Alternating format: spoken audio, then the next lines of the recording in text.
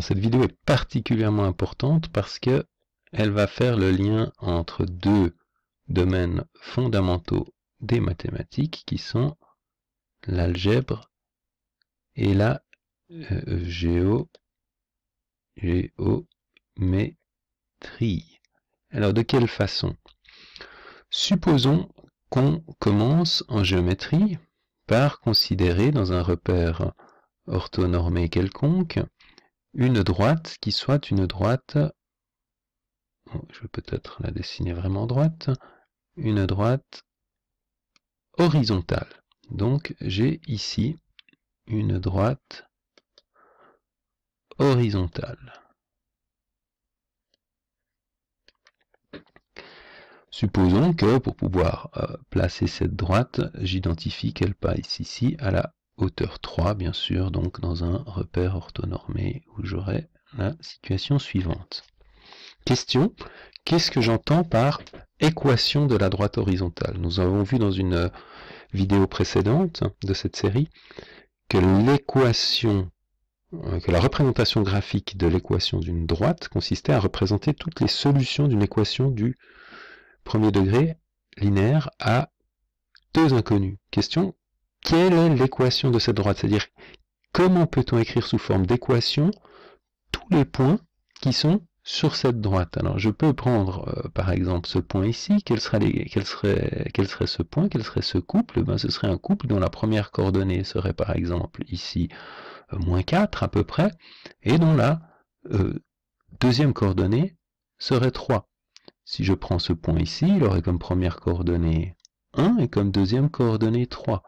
Si je choisis ce point ici, il aurait comme première coordonnée 3, comme deuxième coordonnée 3. Je peux même prendre un point ici qui passerait par exemple par moins 2,71, ben j'aurai les coordonnées moins 2,71, 3. Donc finalement, qu'est-ce qu'on peut observer quant à tous les points qui sont physiquement sur cette droite, à cette hauteur? Eh bien, ils ont tous une deuxième coordonnée qui est égale à 3. Ce qui était évident dès le départ, puisque cette droite horizontale est bloquée à la hauteur 3. Donc l'équation de cette droite sera simplement,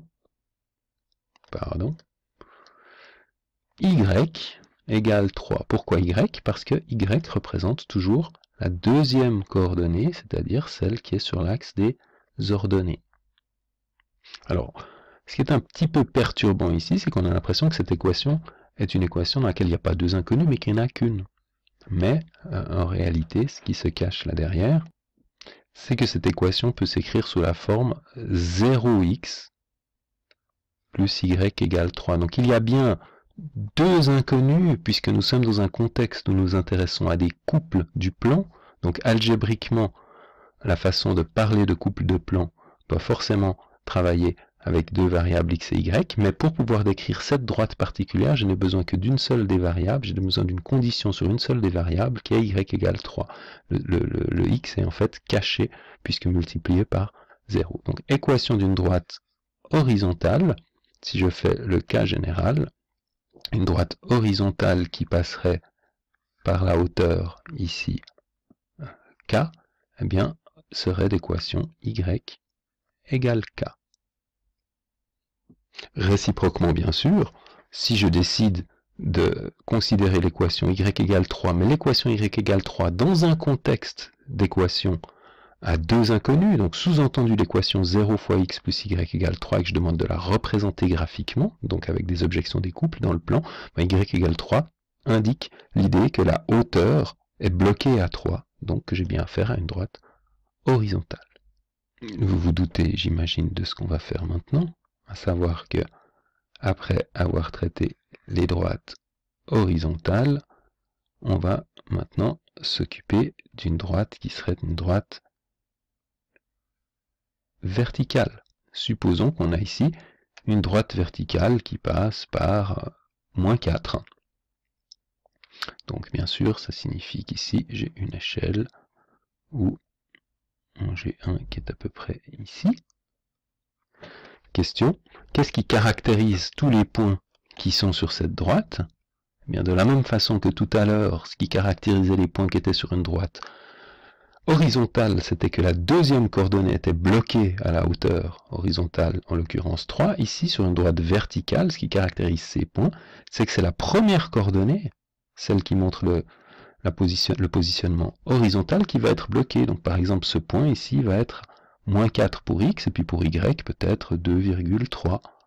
Ce point ici va être moins 4 pour x, et puis pour y, peut-être à peu près moins 1,8, etc. Donc tous les points ont une première coordonnée bloquée à moins 4 et une deuxième coordonnée libre. Et ben, si vous avez compris ce qui s'est passé juste avant, bien sûr, si on veut traduire ça algébriquement, on va dire toutes les premières coordonnées de ces points sont toujours bloquées à moins 4. Même chose que tout à l'heure, si on veut comprendre que ici, la géométrie nous parle d'objets qui sont dans le plan, donc d'objets à 2 dimensions, d'objets qui ont besoin de 2 informations numériques pour être manipulés, et bien ici, il faut aussi que ça corresponde à une équation qui est 2 inconnues. Donc en réalité, cette équation est l'équation x plus 0y est égal à moins 4. Mais bien sûr, ce 0y, ça n'a pas de sens de le laisser, de l'écrire, puisque 0y fois 0 fois y donne toujours 0, et je me contente d'écrire x égale 4. Je pense que vous n'aurez pas trop de difficultés à admettre l'idée que si je veux généraliser et dessiner une droite verticale quelconque qui passe par une certaine valeur m, disons, eh bien son équation sera x égale m. J'ai donc traité ici les droites verticales. Premièrement, les droites horizontales, il me reste un cas, à savoir les droites obliques. Bien, pour aborder la question des droites obliques, je vais énoncer un théorème qui dit la chose suivante. Si je considère l'équation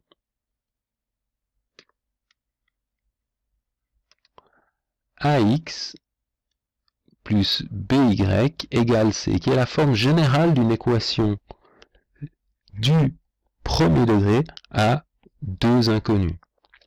Alors je vais simplement demander donc que x et y soient des variables, toujours sous-entendu des variables réelles, et que a, b et c soient des constantes réelles également. Et je vais également demander que a soit différent de 0 et b soit différent de 0. Pourquoi ça? Parce que si jamais a vaut 0, ce terme disparaît, et je me retrouverai avec by égale c, ou bien y égale c sur b, c'est-à-dire y égale une constante.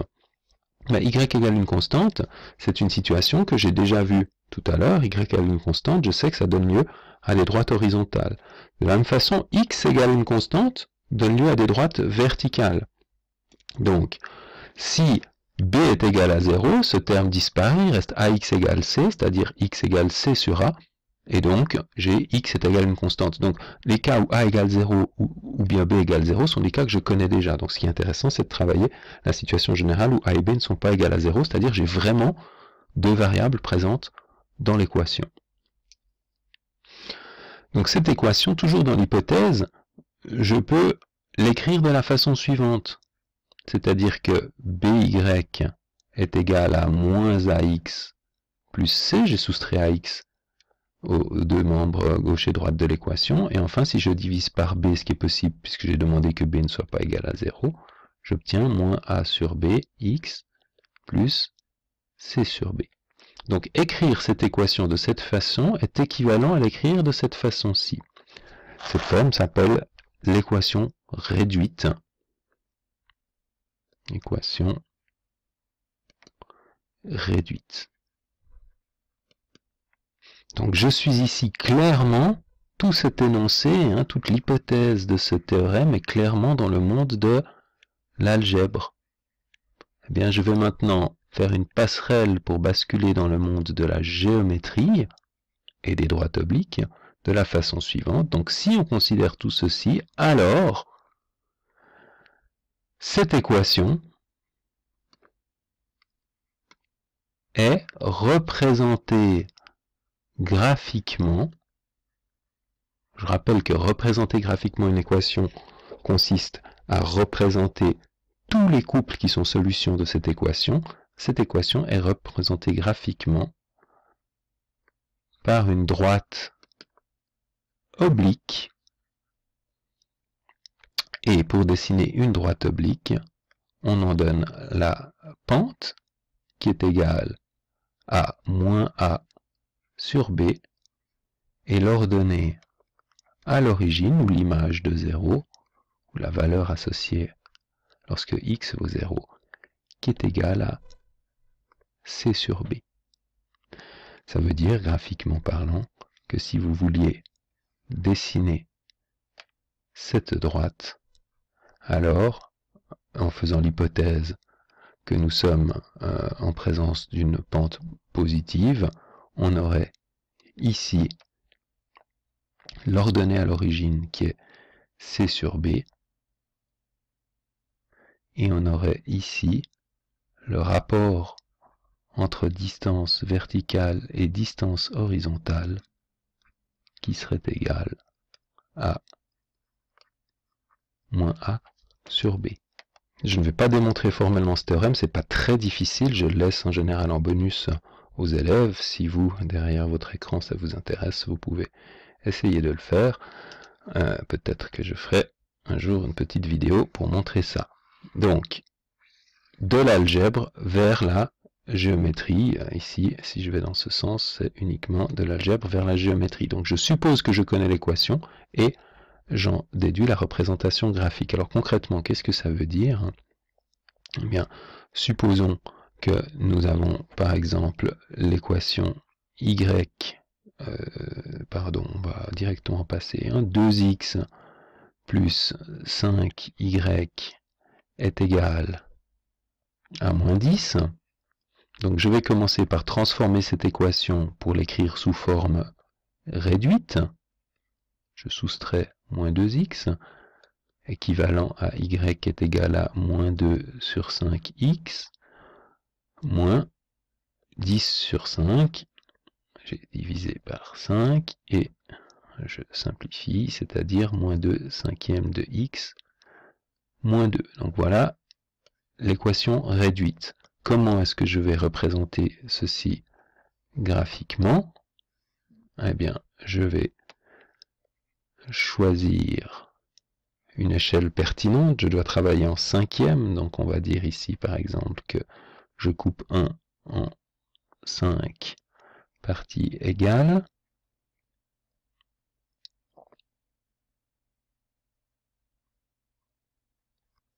Voilà.